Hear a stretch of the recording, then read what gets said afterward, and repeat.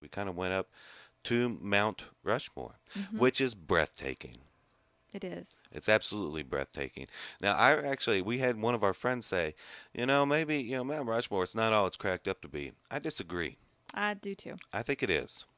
It's beautiful, and it fits in so well with our Fourth of July theme today. When you're there and you see it, you just feel like pride for America, and it's definitely an American That's monument. right, but don't take our word for it. That's right. Let's hear from Blaine Quartermeyer. Now, Blaine is the Assistant Chief of Interpretation at Mount Rushmore National Memorial, and he was kind enough to catch up with us earlier. So, we're going to get into the interview. And if you do have a favorite 4th of July movie, you want to call in and have a chance to answer one of our trivia questions about 4th of July, give us a call at 826-3923. We'll be manning the phones. Or if you don't want to call in, you're shy, go to Facebook and message us at WSON Radio or on our Jam page, Jam in Henderson. So this is Blaine Quartermeyer and about the founding of Mount Rushmore.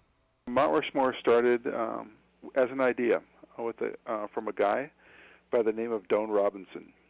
In the 1920s, he was our state historian, actually the first state historian of our state.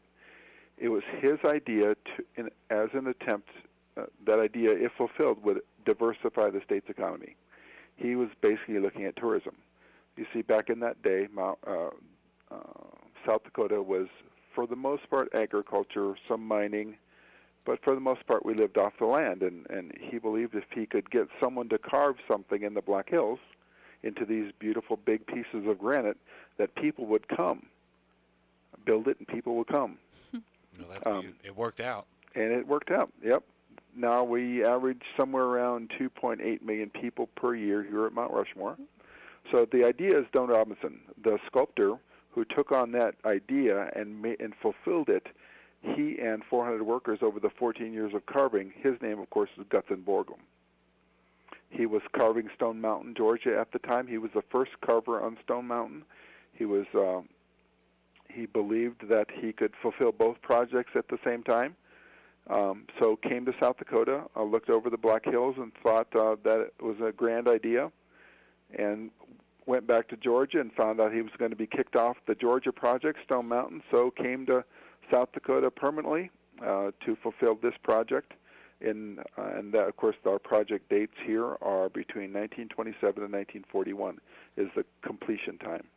And his family was pretty involved in the process too, correct? I remember walking around and hearing the history of his daughter. Yes, Mary Ellis Borglum Vaugh certainly was here during a lot of the project. She was younger than what would be her older brother, Lincoln. Lincoln was heavily involved in the project from start to finish, and then became the park's very first superintendent of the National Park Service as we took over the project, or the after completion. Wow. Well, how big is Mount Rushmore? Size of the property is a little over 1,200 acres, but the sculpture itself, for instance, from bottom of chin to top of head, is 60 feet on average. But the most complete, of course, is Washington. He's got about 185 foot of relief from where his chest meets the scree slope all the way to the top of his head. Wow. And how far away can you see Mount Rushmore? You can see, Mount Rushmore. One of the reasons why Borglum chose this ridgeline is because its average height according to local terrain, and so you can see Mount Rushmore. You can see Mount Rushmore from portions of Rapid City, South Dakota, which is 36 miles away, or 26 miles away. You can see Mount Rushmore from the plains. When you're standing here when you first arrive at Mount Rushmore and get out of your car and transition up to the first archway here on the property, you look to the southeast and you can see the Badlands on a good day, roughly 50 miles away. Wow. So if you can see them, they can see you, right? That's right. There you go. Yeah, it is an absolutely incredible and breathtaking view up there. I think so. When is your busiest time of year? Now. Well, thank you for taking time to talk to us. What kind of things are you have going on? It, of course, begins with right about a week after Memorial Day and transitions all the way until the kids start going back to school. These are the three busiest months of the year. We are open year-round, though, and winter is quite peaceful and really unique here. And when you go, if you buy like a pass with your car, it said on there you can go again, like throughout the year. Is that correct? Yes, the parking structure gives you a pass when you enter that is good till the end of the calendar year. And what is the story behind a little bit of the Hall of Secrets or the Hall of Records? Hall of Records? Yes. Yeah, it's not a secret. The Hall of Records, well, Borglum brought with him an idea from Stone Mountain that to place some kind of a room blasted into the granite that would tell the story of that sculpture. Well, as he transitions here from Stone Mountain, he continues that idea, only now he wants it to be bigger and broader. He believes that if he could get carved into the mountain, behind the sculpture, into the opposite wall, this big room, Borglum wanted to place the actual documents of the Declaration of Independence, the Constitution, and the Bill of Rights in there. And, you know, that seems outlandish today, but consider the time. A time period when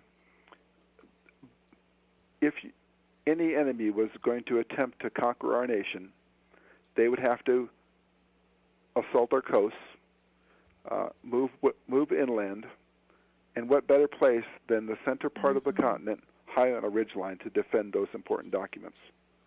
That's a good. It's a genius idea back then. It really was. I believe so. Unfortunately, the Hall of Records was never completed. Not to the dream of Borglum to have that inner room. Today, because they only worked on it for about a year, it's about a 75 foot deep hole in the wall behind the sculpture, in the opposite wall, as I mentioned. But in there, to complete the dream of Borglum, in 1998, there was a 4 foot deep hole sunk at the mouth of the Hall of Records. In that granite, there are a couple boxes, and inside the inner box, there are 16 porcelain enamel entablatures.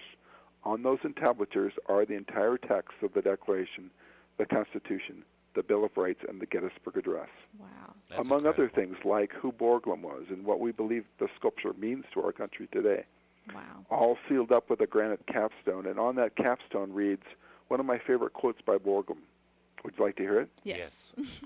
Let us place there, carved high, as close to heaven as we can, the words of our leaders, their faces, to show posterity what manner of men they were, and then breathe a prayer that the wind and rain alone shall wear them away. I can see why that's your favorite. That's really beautiful. good. That is beautiful. What do you guys have planned for 4th of July? Well, Independence Day is a pretty big time around here. We have presidential reenactors, all 4 of them. We have reenactors that portray these 4 presidents for a living. They know them in and out and portray them first-person interpretation. So they interact with our visitors, speak to that time and place as they were there. They perform programs, autograph sessions, and just walk with the people. That's one of my favorite parts of Independence Day. That's cool. In the evening, well, by the way, it's a tradition at Mount Rushmore to celebrate Independence Day on July 3rd. Oh. And the reason why we do that is because we want to recognize that all of the other communities and their individual celebrations are just as important as anybody else's. So we celebrate on the 3rd and let everyone else celebrate on the 4th. That's good. That's very noble of you. So what we do is simply that we have these activities. We have Native American hoop dancers, harkening back to the culture that exists here in the Black Hills still today. We have children's performers, and our military salute this year is supporting the families that support our troops. So we're sending a bus to our neighboring community partner, Ellsworth Air Force Base, and they're bringing families of those deployed to the park to give those mothers and fathers just some downtime from the stressors of their life to enjoy the time with their families here at the park. That's a worthwhile adventure. I think so. And we focus on the veterans that that fought so valiantly for our freedoms every day here at Rushmore. Do you have any favorite 4th of July memories there at Mount Rushmore? Exactly what I was Anything? going to ask. Yeah, every time I see those families enjoying the interaction with the presidents, both the 3rd and the 4th. We celebrate just as much on the 4th, and the evening of the 4th is particularly fun for me because we have a traditional evening lighting ceremony. Every night of the summer, starting traditionally mid-May to late May, all the way through August and September, we light the sculpture up every night of the year, following a ceremony that begins with a 10-minute presentation by a park ranger, a 20-minute video that's entitled Freedom, America's Lasting Legacy, done by the Discovery Channel for us, and then we light the sculpture and sing the national anthem as a group. And our amphitheater, as you probably remember, it's very large. It holds 2,500 people to 3,000, standing room only. And every night of the summer, we fill that thing, and we sing the national anthem as a group, and then we invite the veterans out of the audience to retreat the colors for the night. And every night of the summer, we have 150 to 200 vets on stage. Some of them have never been recognized ever for their service to our country. And they're standing on stage with 2,000 of their fellow Americans, and they're giving a standing ovation every night. That would be so wonderful. We to didn't be able get to see a that. chance to see that, but we definitely plan on coming back to the area, and we will make sure in the summer we go to that. Cool. And Yeah. that amphitheater is the best backdrop in all of America. It's an amazing evening. Well, we just have one final question for you: is what does Mount Rushmore mean to you, and why did you choose to work there at Mount Rushmore? I'm a South Dakota native.